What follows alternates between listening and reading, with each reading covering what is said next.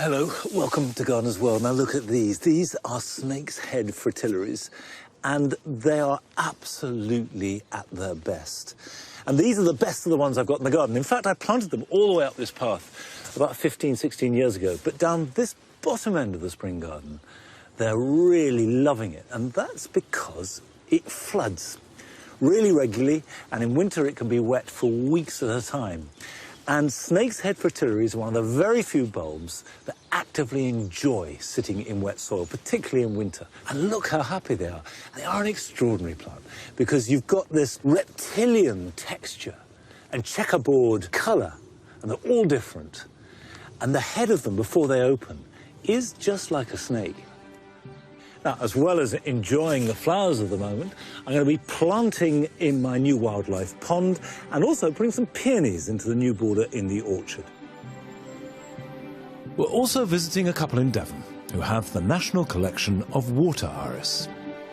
They're very beautiful, they're very ephemeral, and they're very floriferous. They come in the most wonderful colours. Well, I just love them. And we're off to the seaside to see how a beautiful garden has been created despite its exposed position. I'm one of those people you can't say don't to. And I think once the challenge was laid down, the determination was there.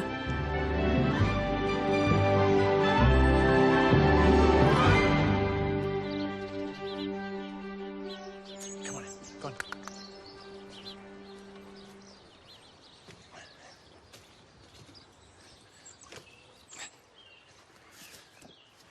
Last week, I finished the pond, lined it and filled it full of water. Well, in the interim period, I've clad it with stone. These stones are partly left over from the making of the larger pond, and partly I've scavenged everywhere in the garden. These are the last possible stones that I could find. The wall is deliberately jumbled because I want as many nooks and crannies for animals to get in as possible. Next step is to plant it.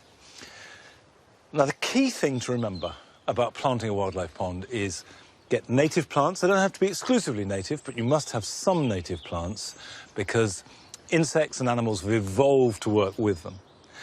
What you really want is greenery. Greenery around the margins and greenery under the water.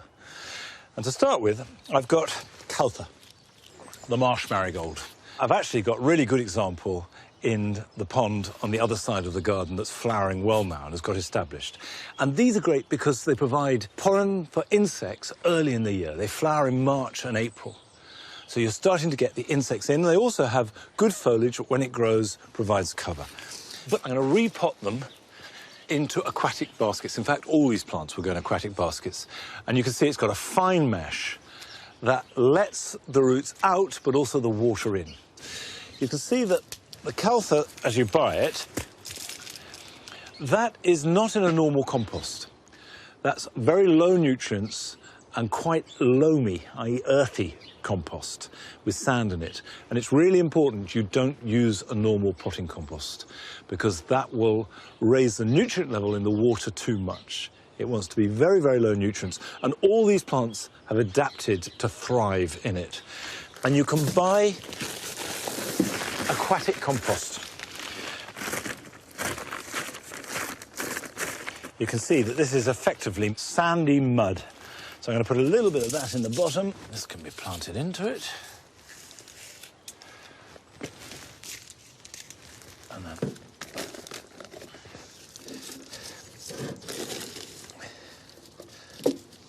so that is now potted up. When I put it in the water is going to pour in and keep it permanently wet. And we can pop this over here. I'm putting it over here because it's in full sun, so it will flower better. The pot is submerged so we can't see it. And that is there like that. The crucial thing when you're planting a wildlife pond is to have plants around the edge of the pond and also around the edge at the back to provide cover. Now, this is water forget-me-not, Myosotis palustris. And it does two things really well. Because it spreads, it provides cover, very low cover, just above and below the water. And also, it is absolutely ideal for tadpoles. The frogs come in, lay their spawn in amongst its shelter. And this wants to go in a very shallow area. Now you can see that that is submerged, but it will very quickly go up above the water level. Now, I know that most people making a pond feel that they must have oxygenators. And somehow, if they don't, the balance of the pond won't work. Wildlife ponds are self-regulating when it comes to oxygen. And all the creatures that live in them have adapted to the levels of oxygen that they have. However, there are submerged plants like this. This is hornwort that you can add, and it will provide extra oxygen. And one of the virtues of that is it will cut the rate of algal growth. And they will use up extra nutrients and keep the water slightly clearer. But if I take that out, this has come in a net bag. So I'm going to take it out the bag. And you can see that there is a little lead clip there that will hold it together. And when you plant it, nothing could be easier. You simply chuck it in the water. Job done. Believe you me, if you set up the right conditions, the wildlife will come, and astonishingly quickly. That's one of the great joys of a wildlife pond. Get the right plants, get the right shape, and the right conditions, and sit back and watch them arrive. Now, this is an iris, yellow flag. It's native, it's common, it grows very strongly, but really good in a wildlife pond because it has a distinct function. It's ideal for dragonflies. The larvae come out of the water and they come out these very upright, quite rigid leaves, and they dry themselves out. So just a few around the edge of a pond are absolutely perfect. If you have too many, they can become a bit invasive, but don't be put off. They're really a good plant to have in a pond. All irises, I think, are beautiful, from the tiniest little reticulata to the biggest bearded iris. But aquatic irises are a distinct group. And we went down to Devon to visit Galen and John, who have the national collection of aquatic irises.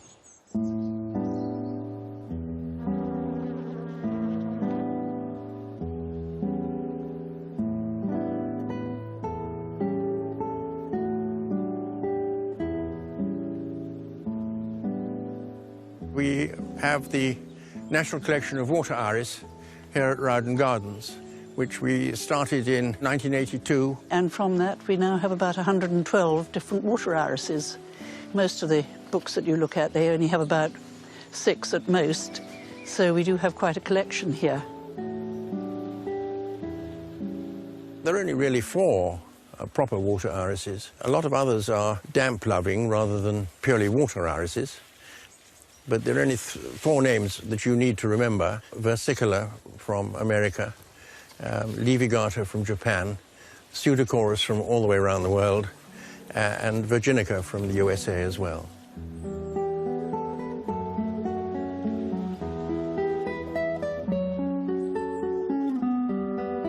Oh, this is one of mine. I think it's almost the best one. It's certainly the best one I've ever bred, I think, or one of them. She's called Cadenza, Rowden Cadenza. It's a versicolor. And she is so reliable. She will flower, rain, shine, hail, storm, anything you like. She forms a beautiful clump, and she will flower for 6 to 8 weeks. So she's certainly one of my favourites. A lot of Galen's selections are really rather rare because they are only increased by division. And if a garden designer is doing Hyde Park or something and wants 1,000 or 200 or even 50, the answer's no. Well, we'll do it, but it'll take some years to build up that number.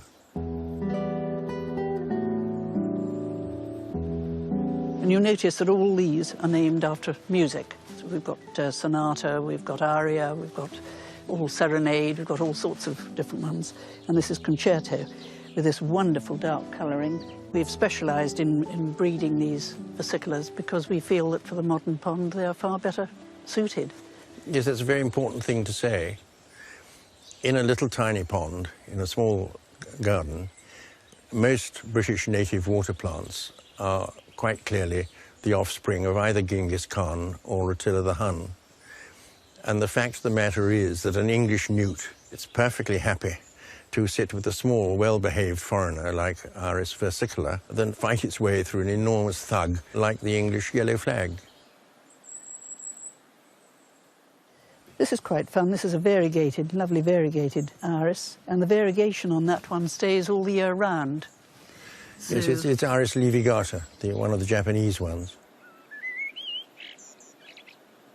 The variegated pseudochorus is quite amusing to sell because its variegation disappears as the season goes on, and it ends up in August being completely green. And so people you've sold it say, I've been done in the eye, but you have to convince them that it will come back variegated next spring.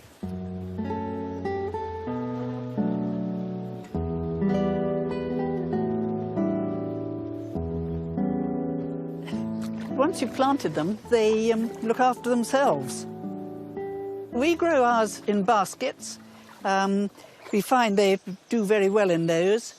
Use a basket with small holes. Don't use Hessian because that just rots out and all the earth falls out. And don't use aquatic compost. It's not good for irises. Just use ordinary garden soil, and then you will find that they just grow beautifully for you. After that, they need no staking.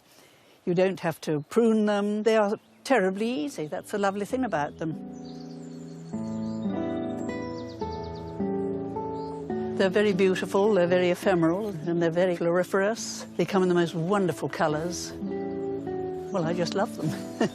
And I think that they're so much better than a rather overrated picture of an iris made by that chap who lost his ear and costs millions of pounds. A gardener can have a much better thing by having the original for just a few quid.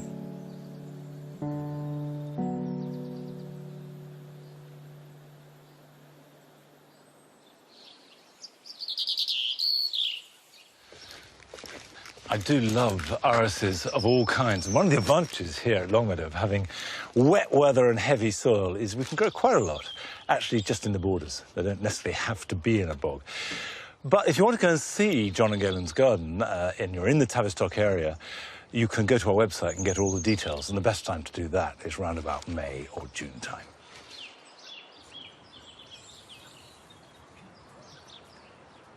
Come on, look.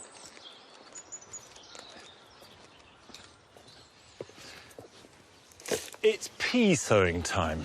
Traditionally, you sow peas with broad beans in autumn as a first sowing, and then again in February or March, and then again in April or early May. But here, I've tried all those things, certainly sowing them outside, and the ground is too wet and cold and they rot or the mice eat them. So what I do now is I sow a few in January. These were sown on the 15th of January and grown under cover, propagated in the greenhouse and then in the cold frame and then hardened off. So I'll plant these out, and I've got some seeds which I will sow in the ground. But it is a rite of vegetable growing passage. You've got to have peas. You can't grow veg without peas. And they have been considered an absolute delicacy from the 17th century. Of course, man has grown peas for thousands of years, but it wasn't until the 17th century that people were prepared to eat them fresh, because until then they were always gathered and used dried, because peas are a very, very good source of protein. There's a variety called Hurst Green Shaft, an old-fashioned traditional variety, really good flavour. Place them in a wide drill, about 9–10 inches apart, in a grid. Each pea about 3 or 4 inches from its neighbour. One of my American gardening heroes is Thomas Jefferson. He was one of the early presidents. He signed the Declaration of Independence, and a great polymath, obsessed by growing peas. Now, isn't that a wonderful thing? Wouldn't it be great if our politicians were obsessed by things like growing peas or carrots? Now, I'm going to stake those right away, and for me, quite a significant pleasure in growing peas is the excuse to use pea sticks.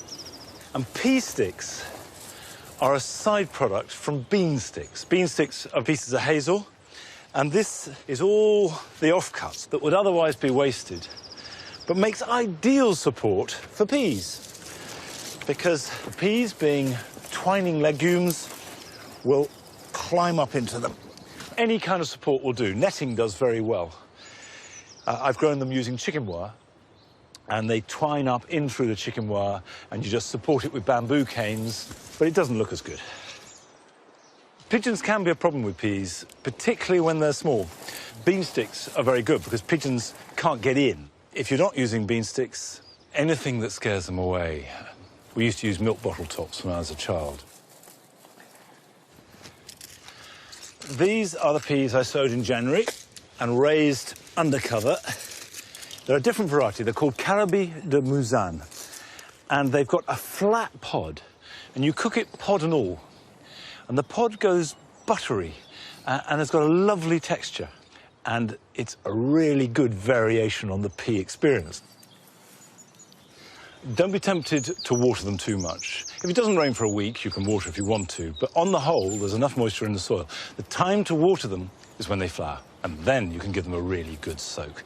And as a result, you should give yourself the incredible luxury of delicious fresh peas. Well, those are nearly finished. And here's some other things you can do this weekend. Now is an excellent time to sow grass seed. And whether you're repairing a patch on a path or creating a new lawn, the technique is the same. Make sure the soil is smooth and even, and then hoe it before you sow. Sow the seed thinly and evenly and rake it in. And then keep it well watered until the seedlings emerge. This is a quick job, but timely. If you've sown sweet peas a month or so ago, they will now be developing into fairly leggy seedlings, but it's too early to plant them out. So pinch them back to encourage bushy growth, and this will give you more flowers in the summer. As the new leaves on dogwood and willow appear, it's time to cut them back hard to encourage fresh growth that will have extra vivid colour next spring. You can either cut them once every 3 years or cut a third of the plant every year. Whichever way you choose, cut hard, just leaving a stub of the plant so you will have a strong flush of fresh growth.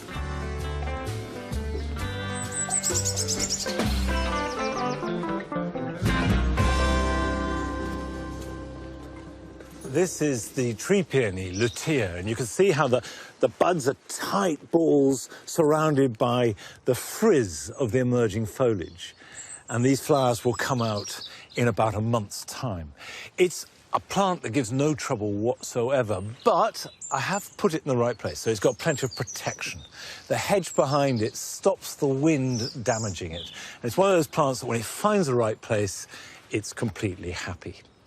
Now, it wasn't hard to give this plant the little bit of protection that it needs to thrive. But Trudy Harrison's garden, down near Chichester, is much more demanding than that.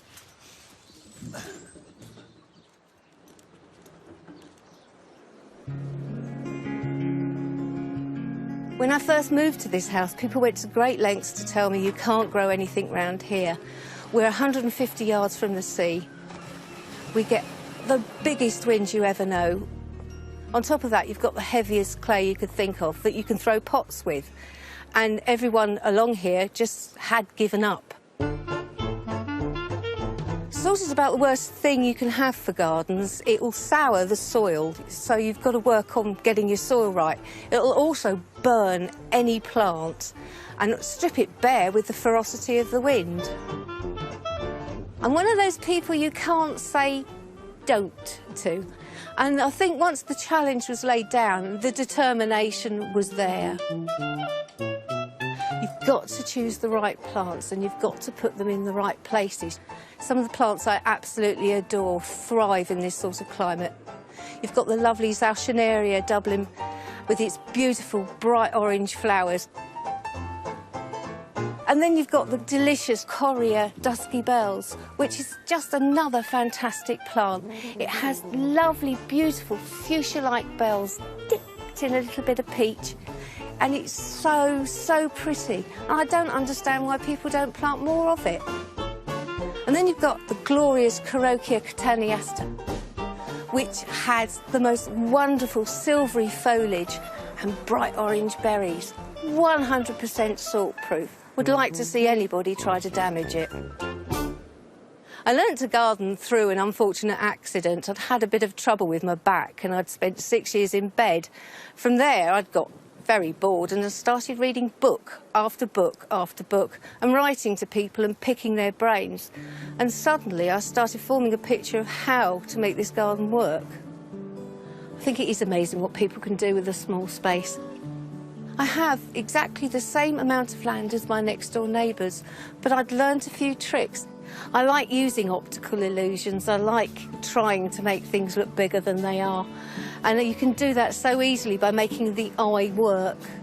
There's simple little tricks like curving a path, because a straight path will make the brain divide what you're seeing and make things seem shorter. So by curving a path, you're making the brain work just that little bit more. By making things undulate, you're making the brain and the eye see a little bit more. And then by going up, it's still giving the illusion of a big tree in a big garden rather than a little tree in a tiny garden. I'm much better than I was when I was stuck in bed for 6 years, but I still have to use a stick and I'm still in an awful lot of pain. And that's where my husband comes in, because he's my enabler. He can carry, he can lift, he can dig. I'm immensely proud of Trudy's achievements with this. She paints a picture. I do, and I put things where she would like them, but she's just got an eye for it, and every view has a depth to it, so there's something in the background with layers of colour.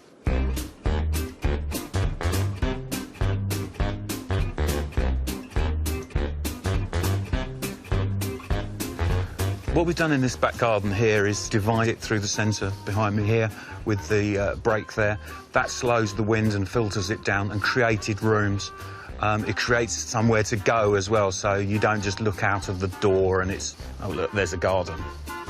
It invites you in and it feels bigger because there's constantly places to enjoy it and sit. The things I've grown in my garden, like the sea buckthorn, are absolute stalwarts. They don't look pretty. I don't expect them to look pretty. They're there to slow and sift the wind. I've got things like the hawthorn, which was a little cutting that my grandmother gave me. It provides that wonderful cushion to stop the wind coming back in. Having a garden like this means you've got to experiment with everything. You've got to keep things in pots, you've got to move them around, see where it likes, where it doesn't like. You've got to understand the plant. So I keep an awful lot of things in pots, mainly so that they can establish themselves. It's been very, very deliberate that we have interest 365 days of the year. Well, right now, you've got the beautiful ricinus. I love those lovely flame red little spiky balls of interest, and they make a big impact in the garden and cost very little. You've also got the beautiful amistad, the Salvia amistad, that lovely purple hooded, oh, it's just poetry in motion. And then you've got this lovely little yellow Telekia. It tends to seed itself where it wants, and I tend to let it grow where it wants. I think with the seaside garden, you have got to be incredibly determined. You have got to understand how to shelter your plants. You have got to be prepared for losses.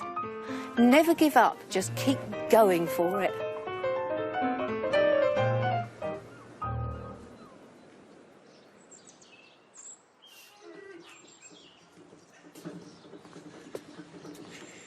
It does go to show that you can make a lovely garden almost anywhere, and the great secret...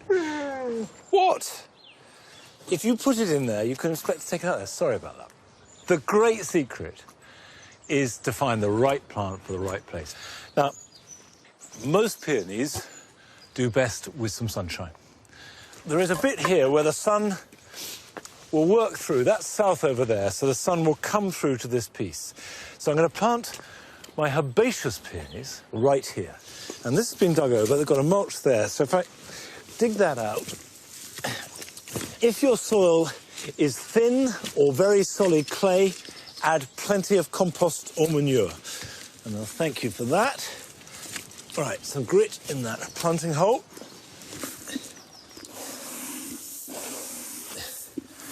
This just gives it a little bit of drainage, so if it's very wet, it won't sit with its roots in a puddle. Now, this is Sarah Bernhardt, and it's got wonderful pink, slightly silvery, rather large flowers, and I've chosen it to go with the blossom of the pear and the apple tree. Of course, it's named after the famous actress Sarah Bernhardt, who acted in Paris and was known for making great dramatic gestures, and probably the most dramatic of the lot was flinging herself off the edge of the stage and promptly breaking her leg in the process. Said to be one of the most beautiful women in her day. And certainly the flower is one of the most beautiful flowers you can grow in your garden. Now, what is essential is not to plant it too deep. A lot of peonies don't flower because they're planted too deep. The crown needs to be just a couple of inches below the surface of the soil. That's about right. That's perfect. Probably the best time to plant peonies is in the autumn. But you can, of course, plant them in spring, but if you're going to, it is important to keep them watered. Don't let them dry out, and they will grow and flower long after you and I have disappeared. This is a plant that could and probably will stay here for another 100 years. This is a tree peony, and it can take more shade than the herbaceous peony. And I'm going to plant it back into the border. A little bit of shade from this apple tree. If I put that there, I want this to grow up 5-6 foot tall. We've got space for this to grow. Now, unlike herbaceous peonies, tree peonies can and should be planted deeper.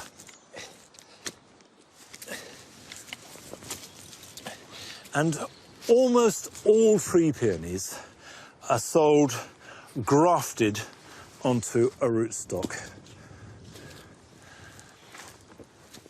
So they can go in the ground, that can go in a little bit higher than that. If I push some of the compost down, there. Because the Chinese revere tree peonies, and they developed them 1,000 years ago, and then the Japanese took them on and developed them beyond that. High Noon has got yellow flowers, slightly double, and just a touch of raspberry into it. So, quite blousy, but that's what I like about a peony. I think peonies remind me of a kind of 1940s starlet. Blousy, fulsome, and improving the quality of life just by existing. Well, that's all we've got time for. And next week is National Gardening Week. And amongst other things, there will be all sorts of gardens to visit. And I would say that if you're making your own garden and you love gardening, visiting gardens is essential. You get ideas. Wherever you go to, you always get something from it. So this is a great opportunity. And, of course, you can come back and visit me here at Longmeadow next week. So until then, bye-bye.